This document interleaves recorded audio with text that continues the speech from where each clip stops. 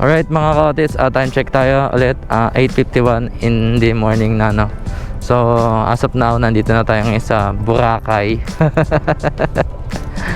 Tayo na, Boracay de la Ia. Oh my god, let's go. Napapansin niyo mga kaotis, ang bagal ko lang kasi mabigat nga yung top box ko. So nag-iingat lang ako kasi yung mga issue dito sa ADB, no? Hindi naman literal sa ADB. So yung mga bracket kasi, yung mga issue na baka mamaya may maputol, ganyan-ganyan. So iniingatan ko lang yung wag masyadong matagtag. Although maganda naman ang shock na yung ADB natin, no? Kasi Showa to, pangbakbakan din talaga. Pero na-advise ko sa inyo na hindi porket adventure scooter yung gamit nyo, harabas na kayo magmaneho, no? Pagdating sa mga off-road, nasa pag-iingat pa din talaga ng user kung paano niya ma-handle ng maayos or paano niya mapapangalagaan ng maayos yung motor, no? Kasi napapansin ko din mga kaotits, medyo mababa ang makina ni ADB, no? Daming issue na hindi ko alam kung bakit nangyayari yung mga nabubutas yung makina. Sabi nila dahil daw sa bato. Pero hindi ako naniniwala sa ganon.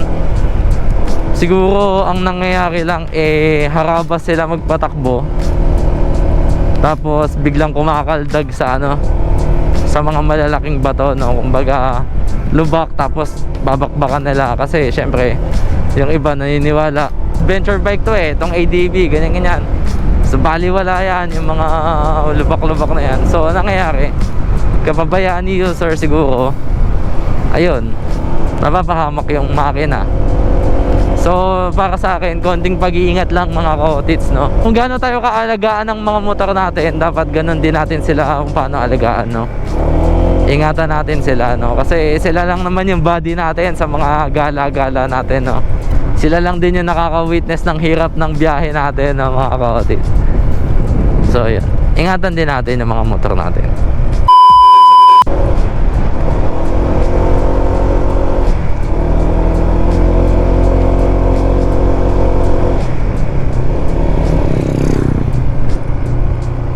Masarap talaga yung maneho na itong ADB natin mga kaotits. Yun, oh, ganda, oh.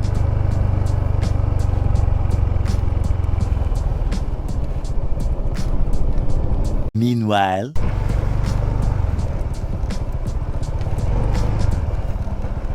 sobrang bagal ng takbo natin mga kaotits. May nakisakay pa sa akin na lang ako.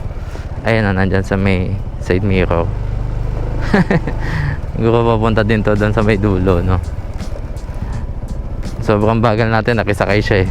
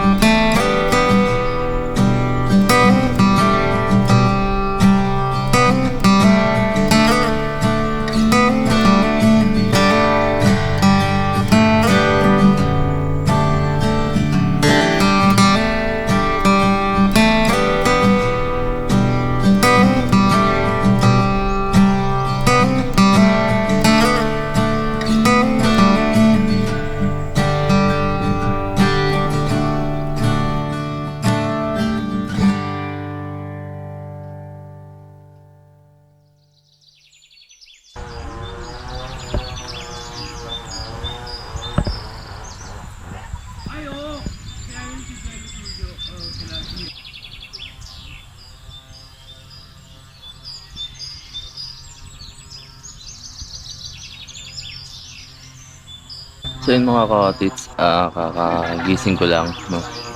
Nakaidlip ako ng konti kasi may dumating na magjowa na nakamotor. So nabubulahaw. Lumulubog yung gulong ng ano niya, ng motor niya, tapos tinulungan ko kasi nagising din naman ako. Alam ko kasi yung feeling na mahirapan ka talaga sa ganyan eh. Lulubog talaga yung gulong mo sa mga pebbles. So ayun, chill lang tayo ngayon mga ka-otits, no? So napapansin nyo mga ka-otits, hammock camping yung ginawa natin ngayon. Ano lang to, kumbaga minimalist camping lang na. So papakita ko sa inyo mamaya yung setup ko ng tarp pati ng hammock, no. Bibigyan ko din pala kayo ng review mamaya, no. So papakita ko sa inyo kung gaano kaganda yung spot na nakita ko ngayon kasi bagong bukas lang siya. So tendency talaga maganda pa yung mga amenities niya, no. Alright, so time check tayo mga ka-otits. Alas 3 na ngayon, no. Medyo mainit pa din. Gusto ko sana maglublob ka. So mamaya-maya na lang. Masusunog ako niyang panigurado, no?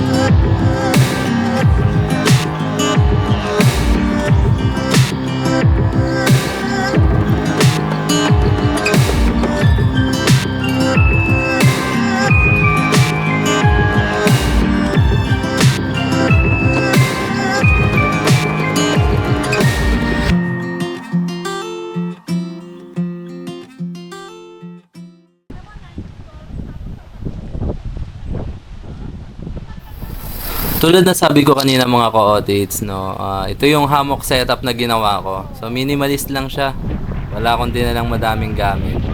So simpleng camping table lang, tapos upuan, tapos hammock at tarp. Hindi na rin ako nagdala ng ground sheet, blanket, pati unan kasi duyan lang naman ako matutulog, no. So ayun lang yung setup ko ngayon mga ka-otits. Yun ako mga ka-otits, no. Galing ako na sa may dagat.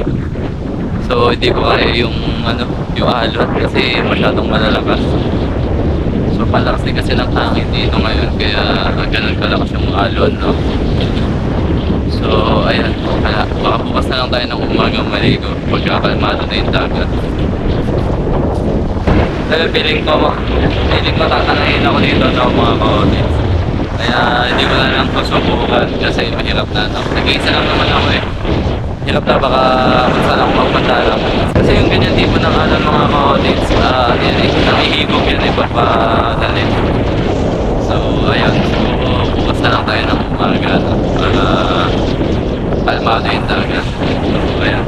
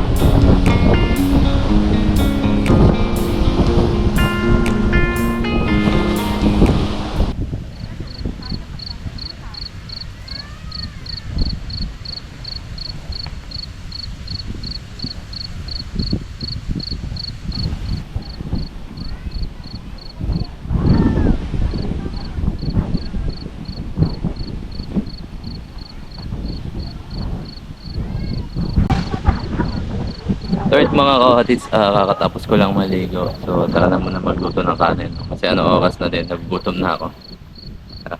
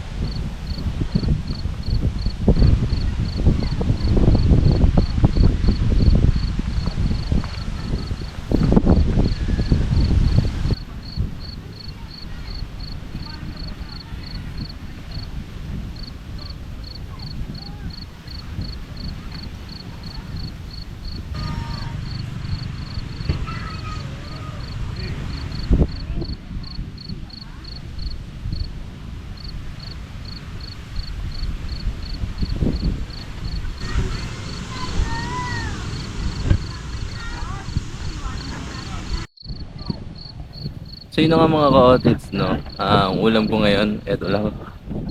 So ito yung inulam ko lang ngayon kasi wala naman ako mabilhan na iba, no? So tinatamad din ako magluto. Gusto ko lang malamnan ng konti yung sigmura ko kasi mahirap makatulog ng gutom, no? Tapos pag naghanap ako baka mamaya sarado na lahat. So ayun. So kahit eto lang yung ulam ko ngayon, no, pagtitiisan natin daw mga ka-otits. So, masarap naman to mga ka-otits. Isasapaw ko lang to sa kanin. Goods na to, no? So ayun.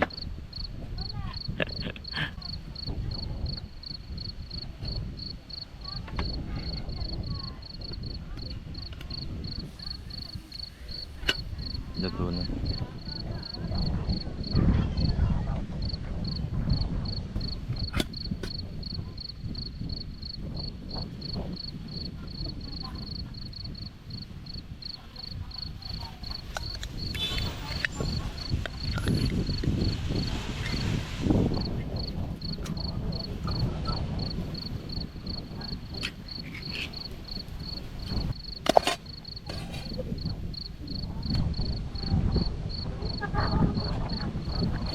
Pagkaluto na ng kanin, lagay nyo na yun dyan. Ayan, yun na siya dyan. Tapos kalat lang natin ito mga cottage, no? Para matabunan lahat ng kanin. Tapos after nyan, takpan ulit natin. Hayaan nyo lang siya dyan. So pagka pagka nahalo nyo na sa kanin mga outfits yung tuna, okay na yun, no? So hayaan nyo na lang siguro ng mga konting minuto para uminit din yung tuna. So isang tactics yun mga ka-outfits kung gusto mo makatipid, tapos less hassle yun. Goods na goods yung technique niya. So napakadali lang naman, alam nyo naman yung mga ka-outfits. So tara, kain na tayo.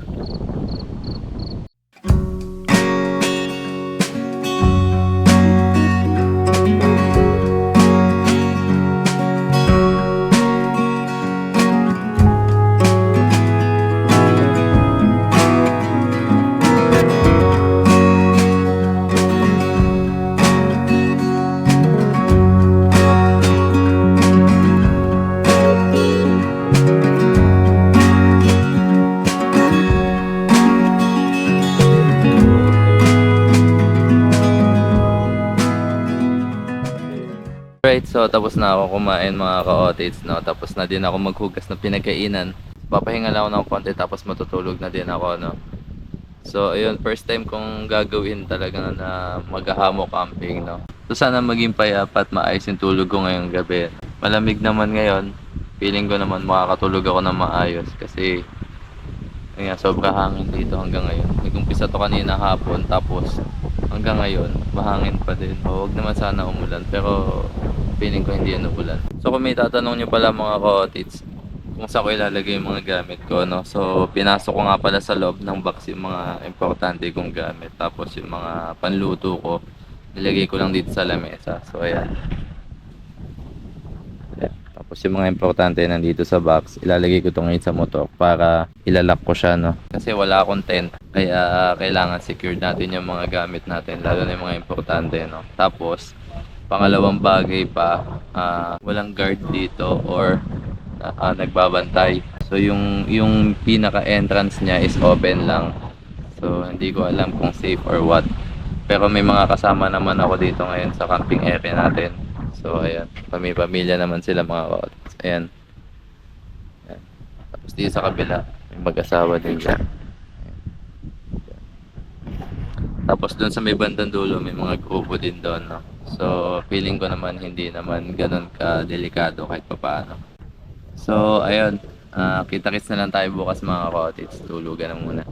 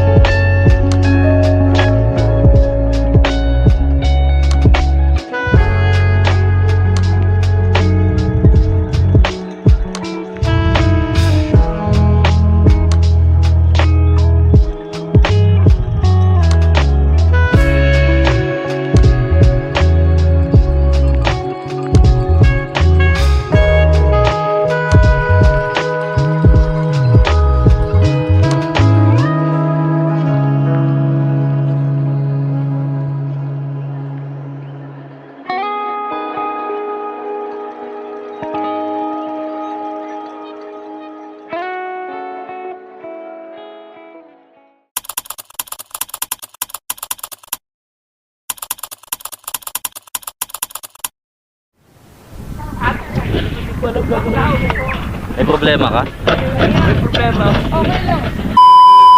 Ang sakit! Wala akong ginawang masama! Ginawa nila ako! Sakit nga! Hindi talaga! Ano ka nasisira, ulo? Hindi mo kayo sumayaw dyan. Yo, Ben!